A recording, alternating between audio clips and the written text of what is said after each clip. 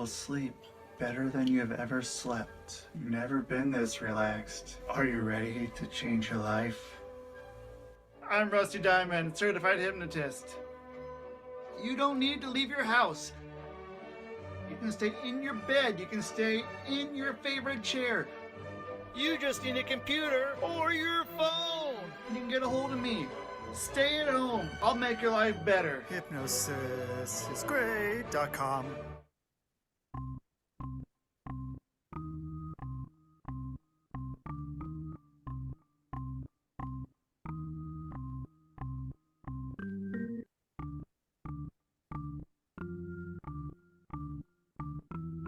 It's Rusty Diamond, motherfucker.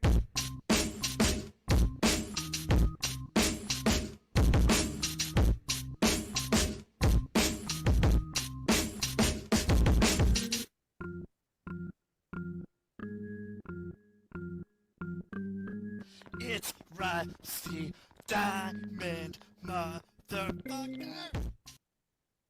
Yo, man.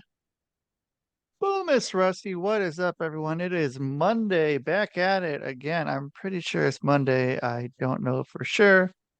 Yes, for sure. Probably, as the kids say. Welcome, everybody, to the Public Access Podcast, the Podcast here on the Rusty Diamond Podcast Network. What is up?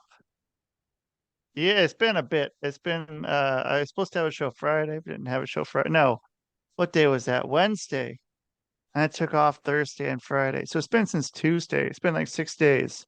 That's a long time, the time of the podcast between shows. So welcome everybody back and welcome back my special guest. And my special guest is right here right now. And my special guest right here right now is Kara Payton. How you doing, Kara? I'm very, very well. Good to be back. Thanks for having me. Yeah, thank you. Good to have you back. I think it was, I don't know how long ago, maybe sometime close to a year ago. But yeah, not sure on the specifics.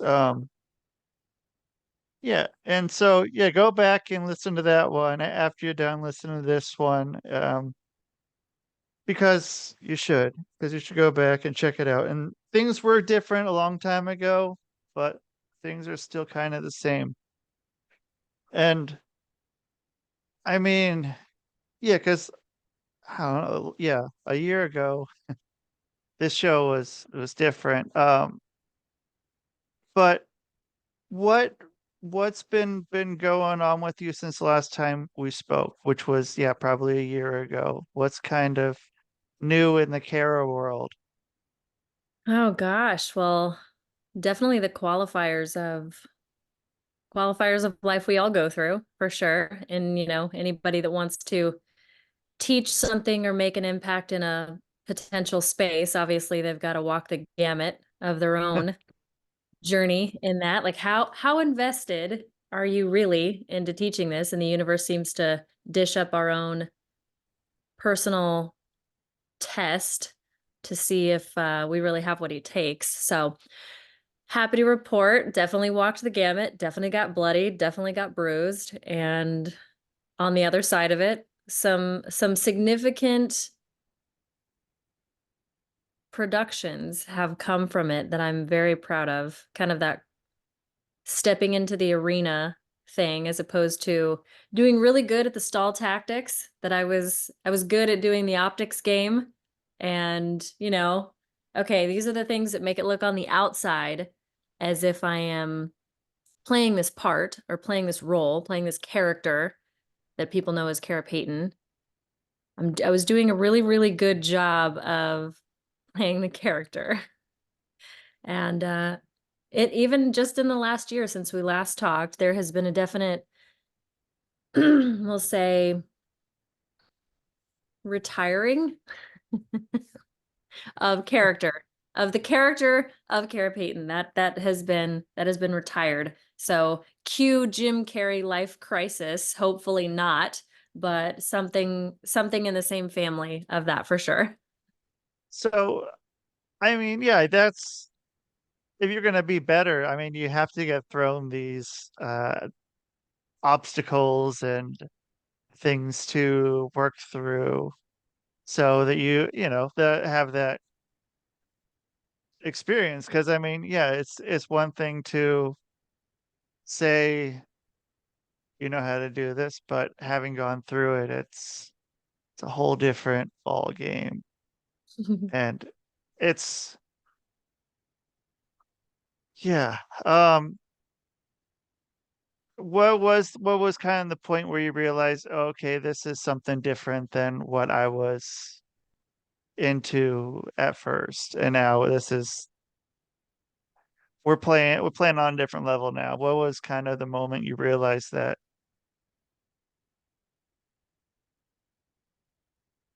I generally had an overriding theme that was so the umbrella, the thematic umbrella that basically infiltrated every subject of my life, my family, my health, my relationships, my career, my children, everything, was that I was still in some way hiding something, hiding me, hiding truth, hiding the qualifier, hiding the needle mover, hiding what would actually not only put me in the arena, but turn the lights on,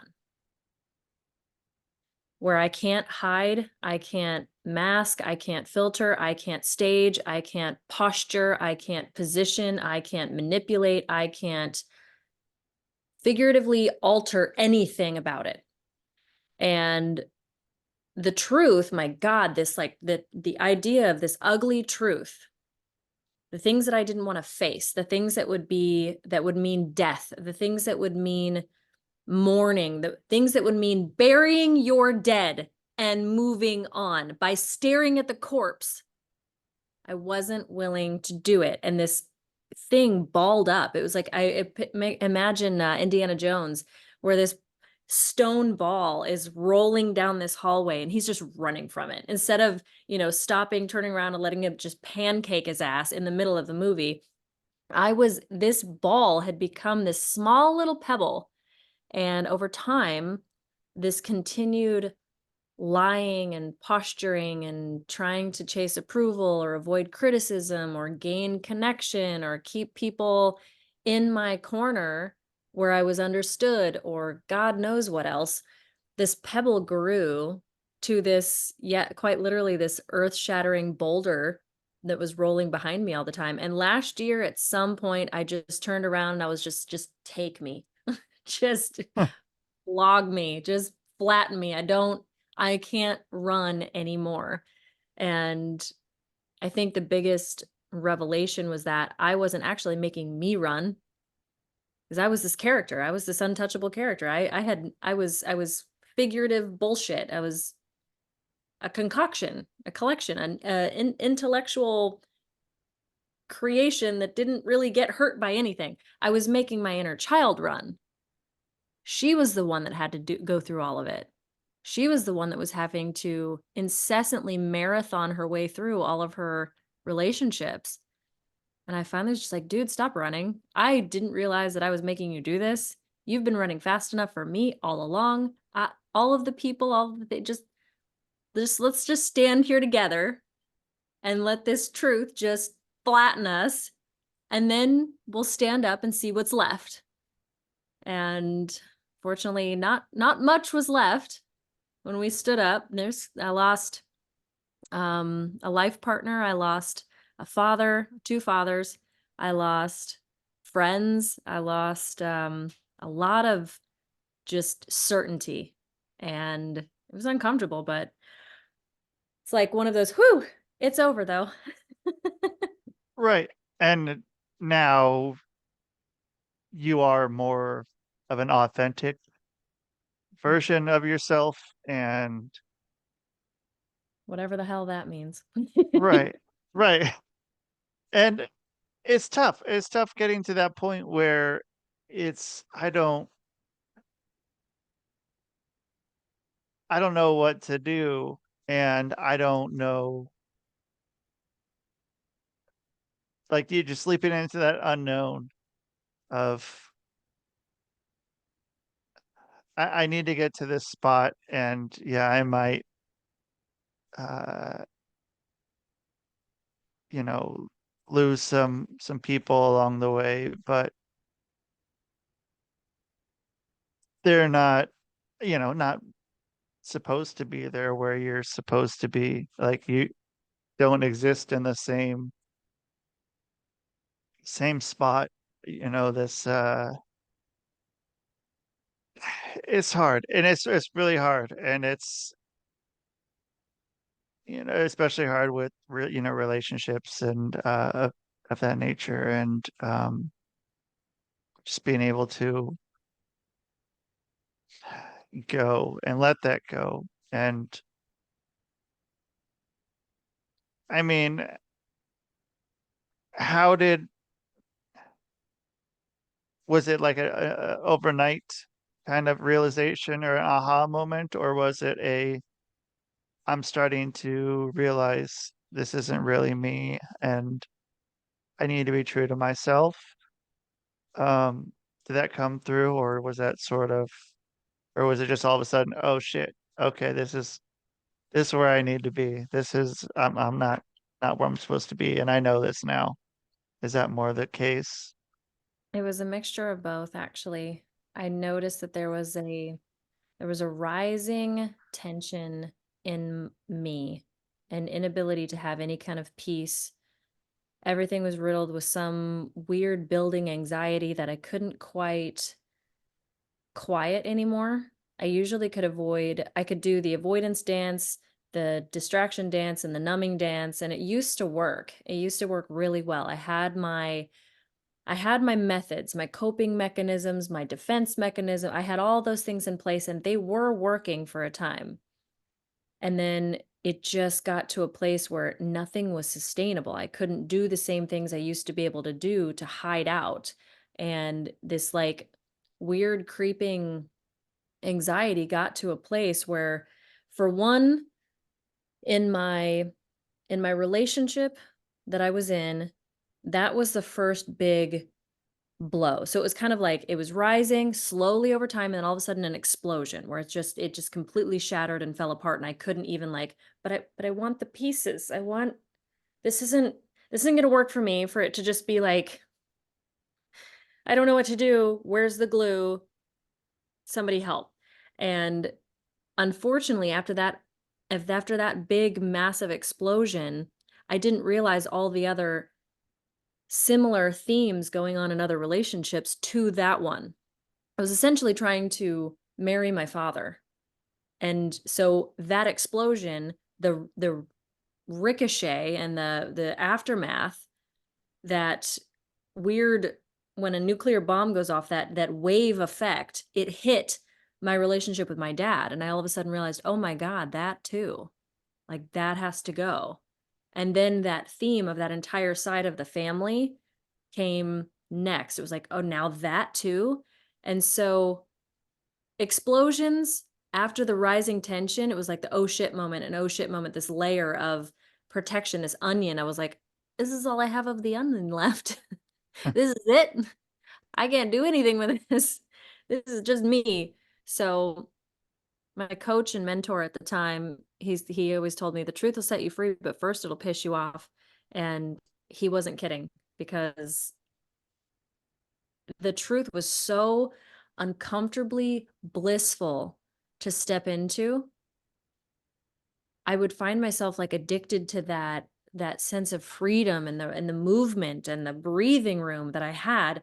But it once you realize that I've taken a few deep breaths and I'm in this freedom and it's wonderful, and it's like, wow, truth is just such a pass. It's like weight off your shoulders and relief. But then you look around in that bliss and you're going, there's nobody else fucking here. I got all these room for activities, but nobody's here. And this is now terrifying, because now I have this weird juxtaposition of whether or not to take the red pill or the blue pill and go back to not knowing. And you can't just do that. You can't go back to unseeing. your themes, your habits, your shadows, your bullshit. You can't, or other people's shadows, habits, bullshits, demands, expectations. It's like, I can pretend, I can try to play the character again, but now I know, now it's clunky. Now it's not, I'm not just in the role of Batman. Now I'm in the role of Bruce Wayne wearing Batman's suit and I'm incredibly uncomfortable and sweaty. It's like, I know this now. So yes and no. It was a little bit of both. It was a little bit of both. So, I mean, what happened then? Like, how did you, where did that take you? Like, once you got to the part where you, the onion was gone and you were what was, that core of the onion, that was what was left, waiting for the new, onion to bloom. Where did that, I mean, where did that put you? Where was that kind of, um, yeah, like you said, if you're not able to relate to the same people on that same level, like, well, what did you have to do with that? Did you have to explain to them? Did you have to say it's not, it's not you, it's me? Um, or which is, Yeah. Yeah. Yes and no. The first thing that I had to reconcile with was the fact that what was left of this onion was basically nothing. And so it's vulnerable. It's not as strong of I wasn't as strong of a person because I wasn't wearing all of these shields. I wasn't wearing all of these masks. And so I'm out here, but I'm unguarded and it's me. It's not a role, it's me. So I kept volleying in and out of position of whether or not to protect this. I was like, well, she needs protection. She needs a sense of safety because if I'm going to be authentically true and vulnerable and out here without a guard, I'm going to need to create a sense of safety in myself. And that's the whole way to preserve a sense of authenticity is to, okay, if to do this and to be out here, I've got to be really damn self-assured, really damn self reliant, self-referencing, self-validating, and not the self-protection, not the because self-protection, I didn't know any other methods of self-protection because I didn't know how to do boundaries yet. Self-protection, my default was always just to cover something, to hide something. So I knew that I didn't want to go a different way. It's like, if you know that you want to change something different and you don't really know where, it's like, well, it was clearly just go to the polar opposite. Just do everything that you didn't do before. And my explanation would have been with all of my family, with anybody that I was noticing I was parting ways with, I had to give myself permission to understand that the information that I had was enough information. Something doesn't feel right. I don't like that I'm the only person in these dynamics that's initiating connection. I don't like the setup, this weird offset setup where I'm treated as subhuman or subimportant or second class to these people. So that's enough information. And as opposed to my usual tactic of, let me see if there's a way I can negotiate. Let me see if there's a way I can bring us to the table and find and smooth over any of the problems or issues we're having in our connection. And it's like, well, I've done that. If I'm for honest, years. I've done that for my entire life. I was the one bringing us to the table. And it's never worked out for me. And the situation I always walk out of after these conversations is more settling for less that I needed and just working harder to be more perfect, to please more, to approve. I was taking more on my plate and on my shoulders, and I was getting even less. And now I had a problem with it. So they were on alert that their intolerance for my needs to begin with was sparked up. They knew that I was, so they created this like distance. And it literally had to be something to the effect of, I'm tired of this dynamic and I'm sure that it will not change. I'm walking away. Period. Like, no, I'm sorry. No, if you, then, if you, like, I wasn't bringing them into the equation anymore at all. It was, I'm done with this dynamic. I no longer want to be connected to you. Period.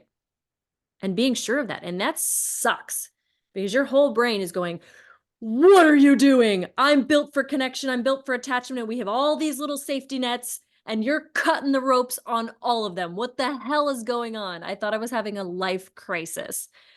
So that, you do that and you really have to get so good at creating a sense of safety within you because otherwise that's not sustainable. You will go, you might disconnect from them, but then a week later you're coming back asking all these, begging, negotiating questions, backtracking. So was this like, were you telling the people this, or was this just like, I'm gone, just, uh, um, not just, what do they call it now? Like, where you just sort of go away, you just stop answering? Yeah, It was case by case. The intimate relationship I was in, obviously, that's an intimate relationship. You have to communicate certain things, but I did communicate that I was departing from the whole idea of trying to make this happen anymore. Um, my father was a little bit of a different dynamic. I have two. Like I said, I had a biological father, that our dynamic was always very, very touch and go, very manipulative, and very jump through hoops. And there wasn't going to be a way to reason with him other than to just stop jumping through the hoops. And so there wasn't a communication. I didn't communicate anything because I didn't even want the exhaustive dialogue that would follow that was going to basically try to unseat me from that certainty. right. And then with my stepdad, the one who adopted me and always treated me like the adopted child, essentially, I was constantly invalidated from that experience. And so there wasn't really anything else other than to say, I'm done doing this because any explanation I gave, any like on the way out information that I would have given would have been immediately argued or played martyr to or played victim of. And it was, again, another exhaustive dialogue. It's like, I know what's on the other side of me explaining myself is your invalidation. So no explanation needed. I'm done. I'm closing the door. I'm locking the door. Do not knock. Just very clear. And where did that put you then after those moments? In despair, as it does, because you can only sit with the truth as it's landing. Like, the fire's pretty to watch when everything's going up in smoke. It's like, wow, that's impressive. I did that. What a freeing truth. Wow, that whole structure is gone. But then, of course, once a fire's gone, you're sitting in ash. That's not so pretty. That's not so entertaining. That's not so the structures then the truth settles. The structure is gone. And then you have to bury it. That's when you're looking at the corpse. That's when you're burying your dead. And you have the choice in that moment to, I'm going to dig up the corpse. I'm going to refuse to accept that this is dead, and I'm going to carry this corpse with me through my life the way that I have been. Or you can go, no, this is definitely a corpse and it's starting to stink. So I have got to drop this thing. And it was a constant. I picked it up in my mind. I never pressed send on any text. There was thought processes that was like, maybe that would help. And I was like, no, Kara, you're flirting with the same concepts that have screwed you over. Like, don't dig it up. And I kept telling yourself, bury your dead, bury your dead, bury your dead, over and over. And so how is that, or what have you noticed when being into newer relationships since then that you are on the lookout for, or things that you are seeing pop up and immediately going, oh shit, okay, here's something that I recognize. What do I do? You The self-validation thing is really, really critical, and it's still something I'm practicing, if I'm honest. My last short-lived relationship was something similar where I had information based on words. I had information even based on personal experience that indicated, hey, this is a healthier thing. This is something that I feel in congruence with and going in the right direction. And then there were offsets of that, outlier information that was not congruent with what I was experiencing. And instead of harboring that and taking that, like, okay, words and actions aren't aligning anymore. Words and actions are getting confusing. I'm starting to notice the static build. And instead of static build in the past, where static build is like, this is obviously a problem with me, my interpretation, my emotions, my being too much, my any type of where I invalidate myself for them. And I would say, okay, leave it on the table. This feels like actions and words are not lining up. Don't shelve it, table it. And then wait for more dots, wait for more information, wait for more information. And the further we went, I really, really understood that I had an attachment I wanted to preserve. I'm like, wow, this one really felt good. I was so sure. You have to give yourself grace and forgiveness for being sure and then being unsure again, and not damning yourself or shaming yourself that you didn't read the writing on the wall, you didn't see the red flag. It's like people are very clever. People are very gifted. Manipulation has become an art form. Narcissism has become a plague. All of this stuff is so very well hidden and disguised and seated among everyone else. If you have wounding and you have attachment liabilities to your ability to kind of read that and immediately go no and discern, there's nothing wrong with you.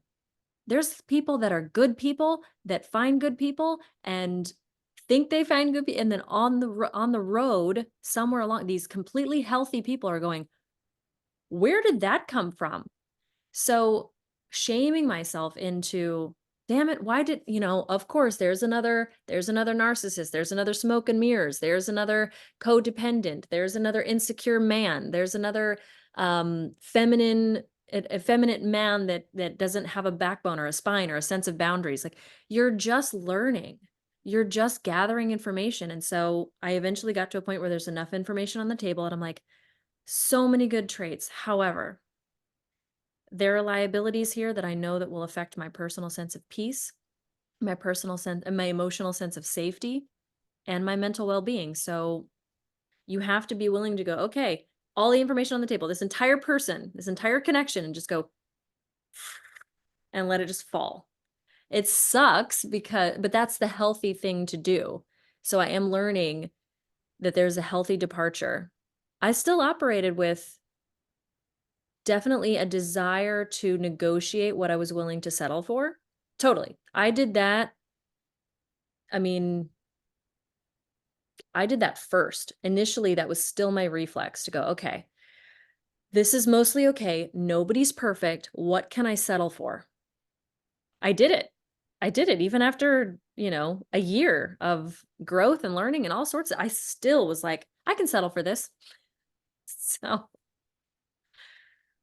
And so what happens then? I mean, what happened? I mean, you said it's, you can let it go at that point. And then do you feel like you're still moving forward though on that line of learning, or do you end up for a minute feeling like you're, stepping back a step, or or anything like that? I think it's really easy we're always moving forward. Every person is an assignment. Every person is inventory. Every person is information. Every person is a valuable step. As long as you do learn, as long as even if you repeat it, as long as you learned and discovered and were willing to be honest that you repeated it, then it becomes valid. Then it becomes a learning process. You don't like love and lose. You don't win or lose. You win or you learn. And that's like the most cliche thing ever to say, but it's the same thing with relationships.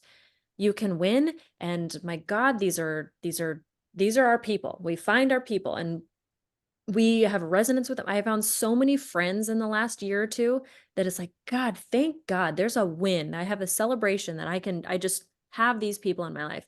And then there's learnings.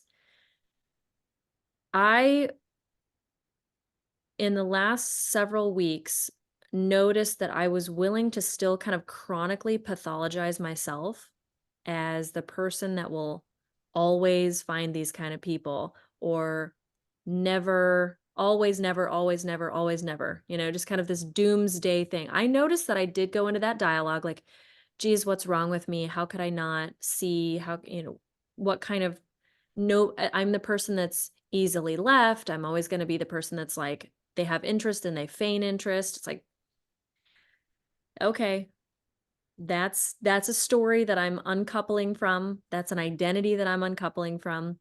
And that's an identity that my wound wants me to believe because my brain does not want change. My brain wants the familiar. My brain wants the familiar imprint of my childhood, which was nothing but chaos, and back it on again, off again, on again, off again. So you have to you have to allow the expansion for all of those things to be permissible, for all of those things to land. And it's not easy. It's so not easy. These things are they're they're grooved into our psyches and our emotional habits and patterns, and this is our setup. It's not just like, oh, I don't like this wall color anymore, so I'm going to paint it. It's so abstract and subjective. There's no place to look at. Like, oh, I don't like the way that that color is. Let's change the color. You have to, it's intrinsic and inherent and messy and cognitive and all sorts of things that it's not as easy as just, "Oh, I think I won't Huh. be insecure anymore. How about that?" Right. Yeah, I'm done with that. Anymore. I'm done being insecure. Look at that. Look at that. It's Totally done. secure now. Good. Good. Um, so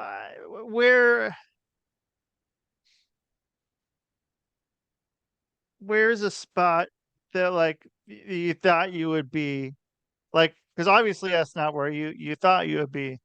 And have you thought about the what ifs with those places if you had stayed in uh that former place that you were at, that former place in your head, in your life? Have you thought about what that'd be like? Or is that just like, I don't, no need to think about it because it's not my life? I do, actually, and I think that's natural for us to placate the what ifs, and especially in moments of maybe loneliness, holidays, Valentine's Day, seeing couples, seeing happy families, seeing social media posts of other people, we kind of go into what had happened with the one that got away, or we daydream about, finding some star-crossed person in a perfect moment of destiny or fate. And the problem with that is it's this torturous mental masturbation that causes us agony. And when we start to realize that, like, hey, this actually doesn't serve me, this behavior doesn't serve me, it only seeks to kind of pathologize myself, my life, and creates an assumption of a story that we haven't even lived out yet. I practiced an exercise that I thought was very interesting, probably 6 months ago, 6, 7, 8 months ago.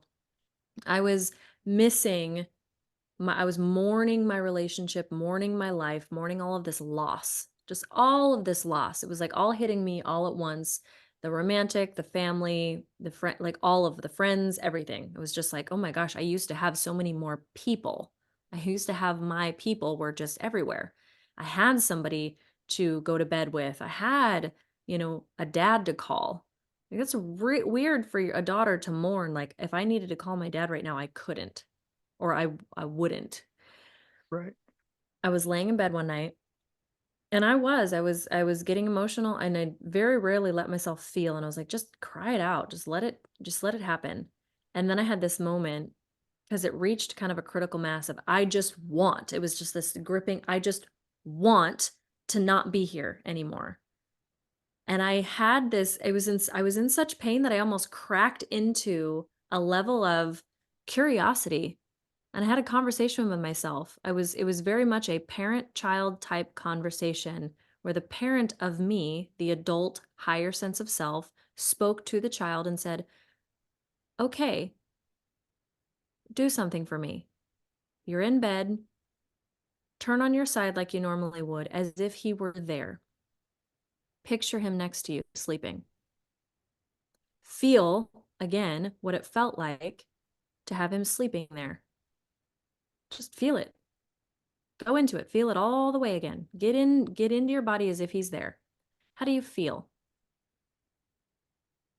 And then light bulbs, fireworks, explosions, revelation, all of the things. It was like the fucking 4th of July in my mind, where I realized that felt terrible. It always felt terrible. I felt so hollowed and alone. I was never seen. I was never heard. I never understood. I was never loved all the way through. It was like, yeah, I love you, appearances, surface. It's like, how did you really feel seen, heard, loved, validated, any of it? Or were you just as alone as you think you are now?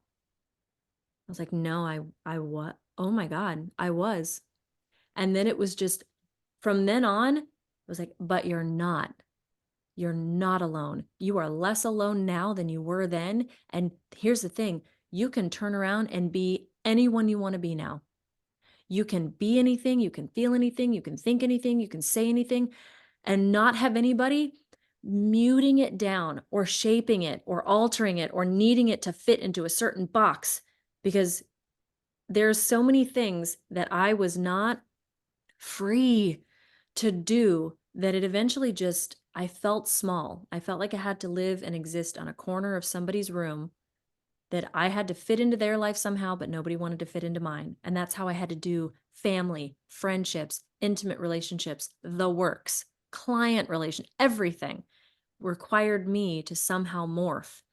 And from that moment, I flipped up my covers, I threw around all the pillows, and I put myself in the middle of the bed, and I sprawled out completely, just like with this silly ass grin plastered on my face, with just my arms completely wide. I was like, oh my God, I remember that I can breathe and I have freedom. And this is awesome. This is everything I wanted. And so it was moments, clairvoyant moments like that, where you're like, oh my God, I'm so glad that I didn't do that. And you feel like you almost escaped a crashing plane.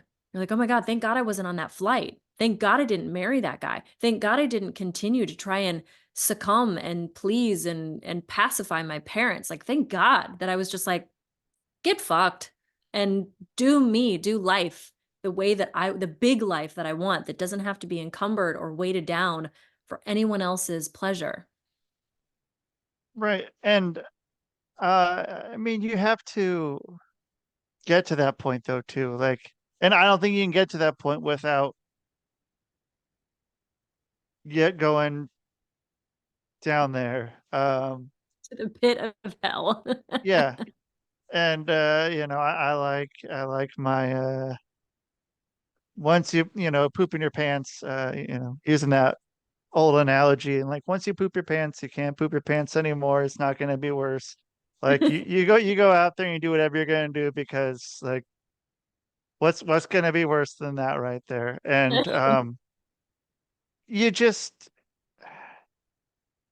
and it's hard. And it's hard to get there, like when you're thinking you're getting down there, but then you find out like later on, like, oh, okay, that's pretty bad. And then it's like, oh shit, no, that wasn't really that bad. It sucked. It was definitely something I don't know if I can come back from, but I this found is way worse. I found what was it? It might have been a drink coaster or a magnet or something in Detroit. I was in a store in Detroit and I found this coaster or something that said rock bottom has a basement. I was like, that's perfect. That is my life of personal Yep. development and self-discovery. I realize that every single time I'm like, well, that was the last painful layer. It's like, oh no, there's rock bottom as a basement, baby. Let's keep going. Right. And I mean, that's something that I don't know how you could even tell someone that and have them genuinely believe you. if you told someone who hasn't experienced that, tell them that, oh yeah, there's rock boom, but yeah, then there's a basement to this. Like, no, like it can't be that bad. It's not bad. It's okay. It's like, but then like, oh yeah, shit, that sucks. Oh That yeah. really sucks. But then you can do whatever you want. And Well, nobody wants to go into that topic. When right, if somebody had told me that I would be here at my personal development journey and self-discovery and exploration of all of this healing and all of this shit, if somebody had walked me through a summarized version of what I was going to face, that, hey, by the way, you're going to sell everything you own. You're going to live in Japan. You're going to divorce your husband, your best friend. You're going to destroy your family. You're going to lose your family. You're going to lose your parents. You're going to disenfranchise from all lifelong friends. You're going to bury your friend to cancer. You're going to like all of this stuff.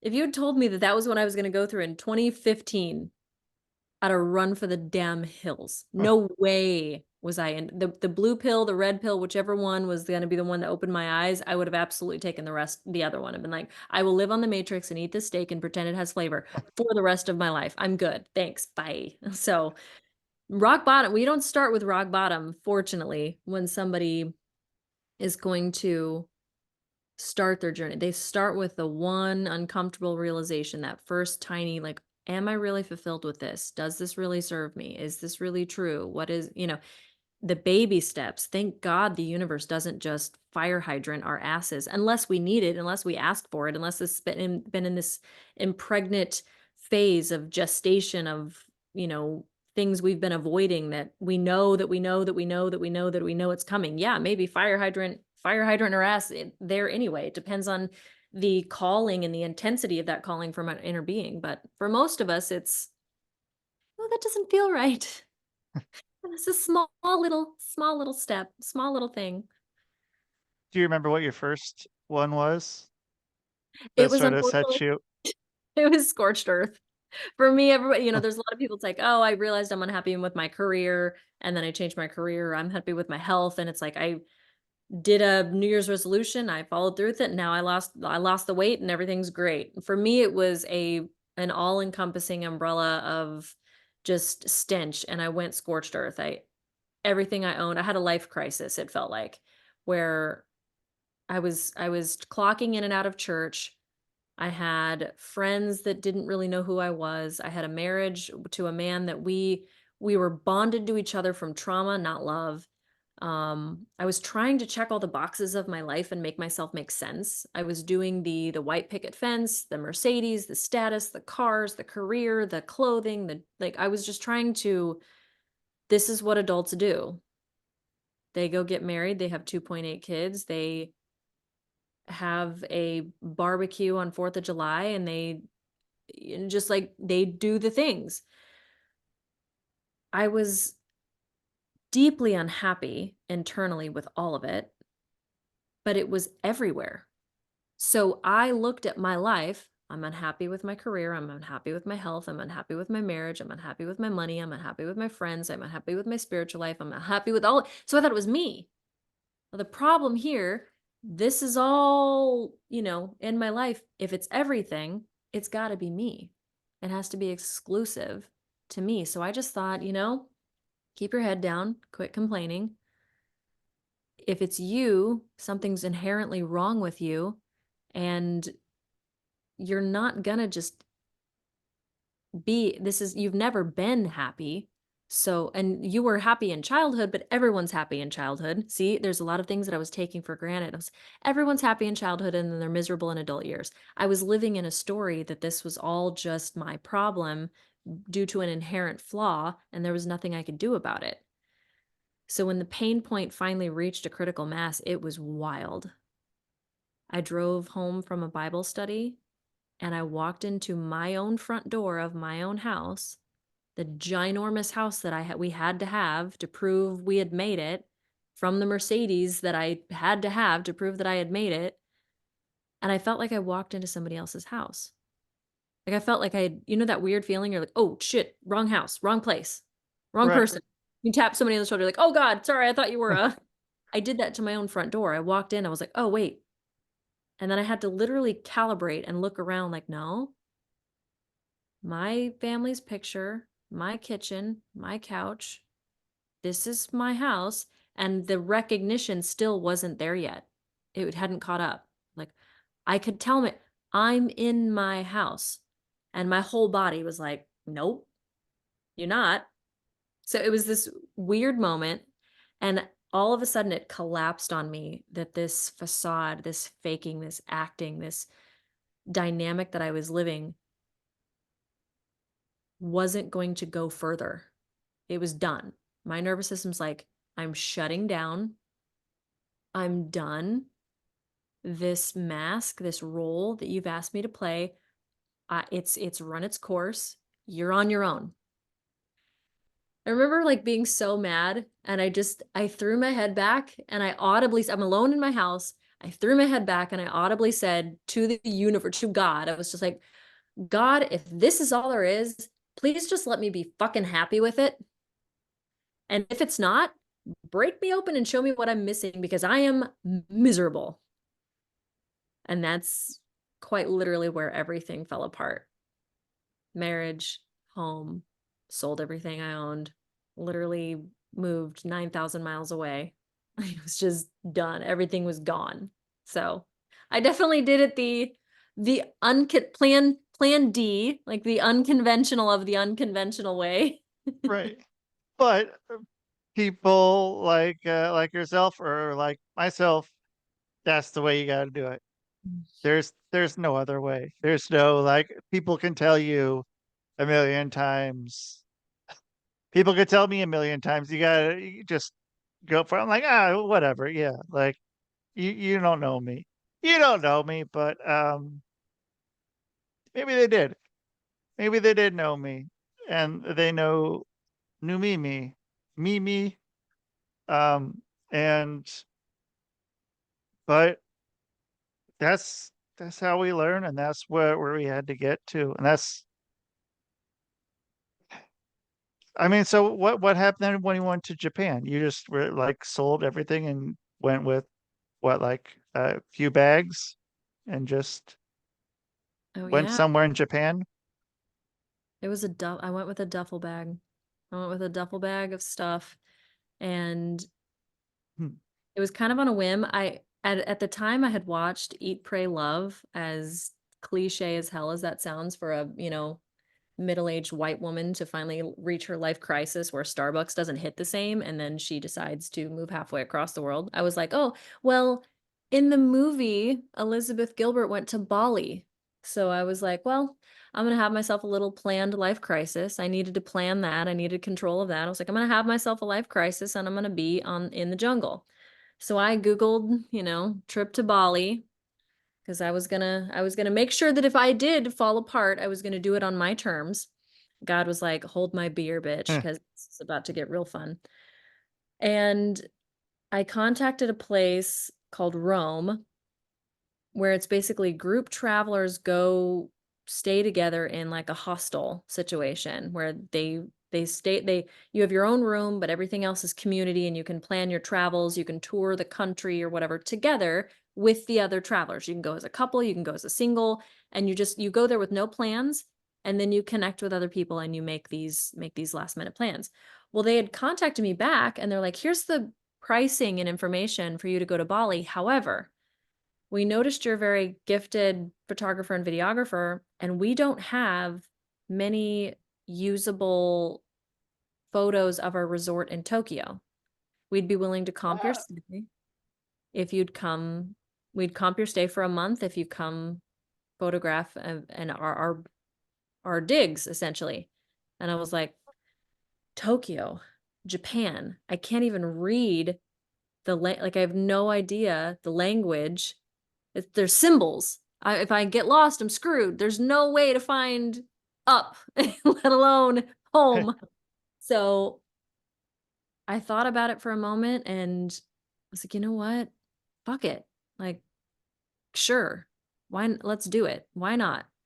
And it was probably the most magical, uncomfortable, eye-opening, sobering, peaceful free fall I've ever been in. It's like, okay, We're good until I, of course, landed in Beijing and found out that your cell phone doesn't work around the world the way it does at home. That was a last minute. That was a rookie error, a rookie mistake, and I almost didn't make it to Japan because I'm sprinting, looking at symbols that say nothing that's relevant to me.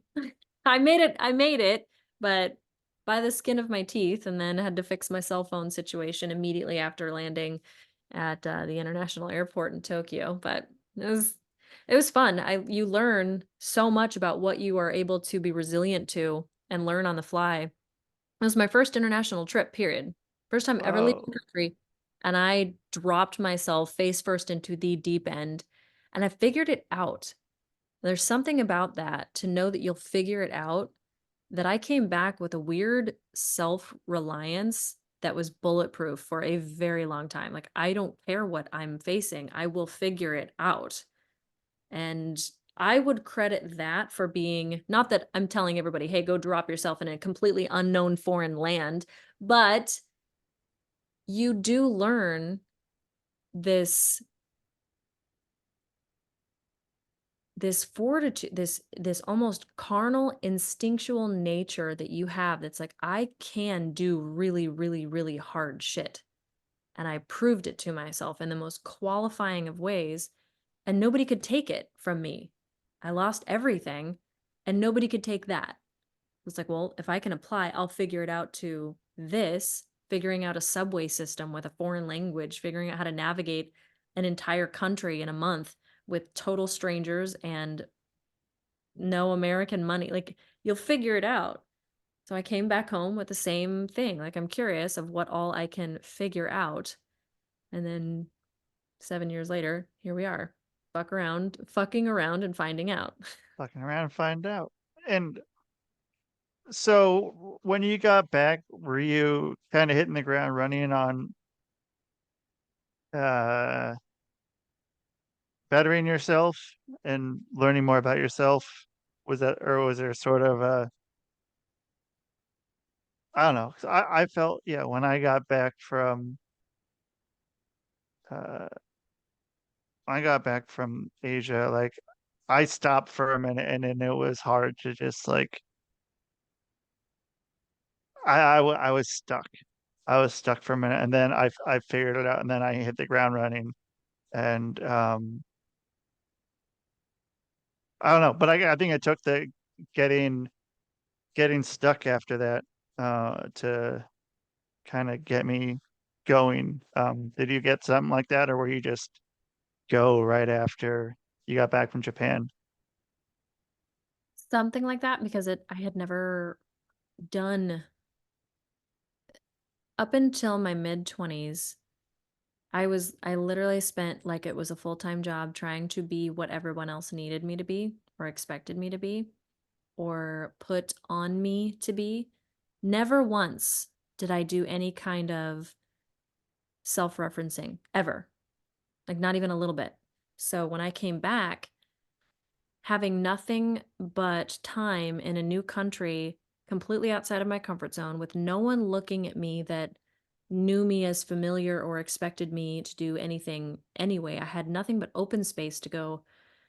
There's all of this blank canvas. There's all of these things and nothing but questions on how I am going to choose to design this going forward. And I recognized that it was a design process. It wasn't just this micro observation of everyone around me and seeing, okay, filling in the assumptions of what everybody else wants me to be, and then trying to manufacture that in myself, or at least manufacture the appearance of it. So when I got back, it was more or less the continuation of that process. I explored the ends of the earth. I explored the ends of myself to figure out what is actually there when it's not being directed, told, manufactured, faked, outright manipulated. Just what is there? What's there when everything else is cleared out? And that process lasted for a long time. And It what was was there? a lot of very eclectic, mismatchy themes and styles, preferences, music, ways to spend time, ways to waste time. Like there's just things that I just was like, the nights mixed together. I wasn't going to bed at certain hours. I would wake up at 5 o'clock in the morning and I was just like, I'm writing. I have to write. I have to get this all out. I have to do this. I would lay in a bathtub listening to Wayne Dyer until 5 o'clock in the morning and watching all of these like mind-blowing revelations happen above me in the shower stall. Like, oh my God, there's so much here. Um, it was a beautiful, very interpersonally transformational time because I actually got a glimpse of the person that was in the mirror as opposed to this just, it became 5D and not 2D. And that I think is where a lot of people get caught up with addiction to relationships or emotional dependency or codependency or not really knowing how to have their own identity is because they don't really ever take the time to acknowledge, admire, accept, accentuate, play with who they are. We're so busy trying to attach and fit in and belong to everybody that we just kind of shave off all of those weird corners that don't look like everybody else. And turns out those shaved off corners, they don't really go away. They're phantom limbs, they're phantom personalities, they're phantom characteristics. And they do call us back to them. It's who we're supposed to be. Right. I saw some picture today, some where it's like a puzzle piece, and you have the corners that are all rounded off and make into the perfect square, but rather than that, having the pieces, each of those pieces still having the, interconnected blocks on each part of it still, trying to figure that out. And I think that's a good place to be. And it's hard to get there.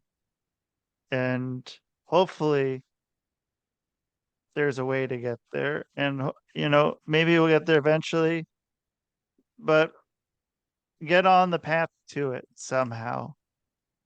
It'd be the best way, I would say, to do it. Because eventually you gotta, or else something, maybe nothing, like you said, maybe you'll get lucky and you'll be happy with where Mm-hmm. that is. And great, all the power to someone like that, but it's not everyone. And so, yeah. Um, so where where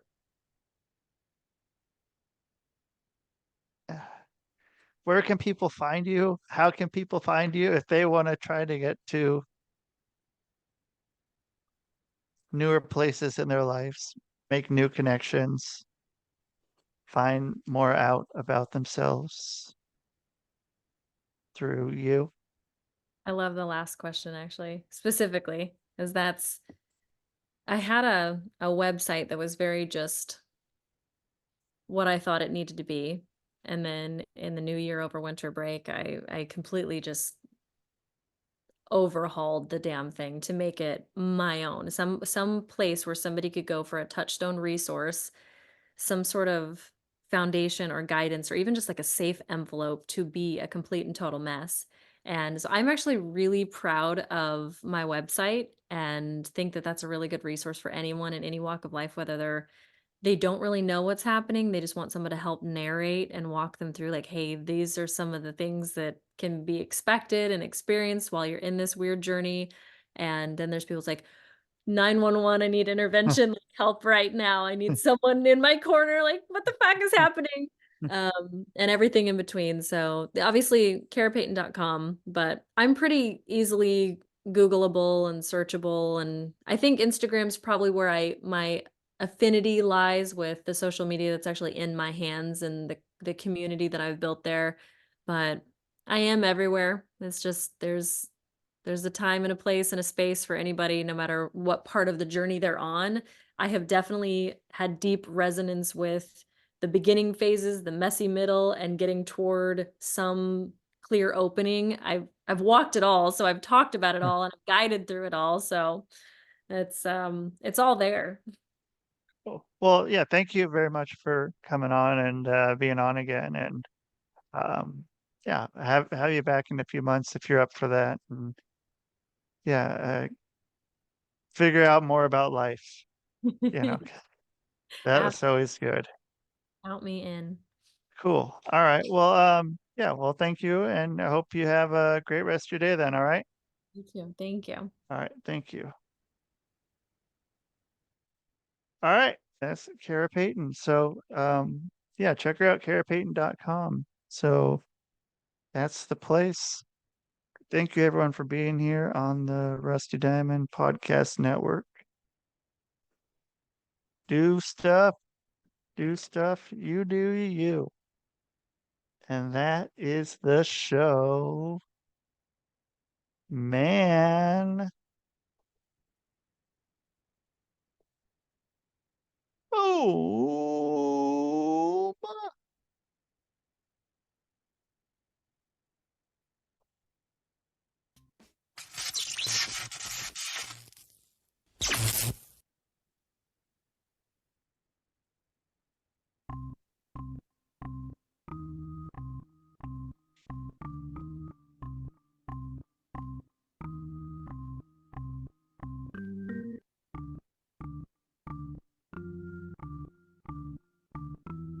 It's Rusty Diamond, motherfucker.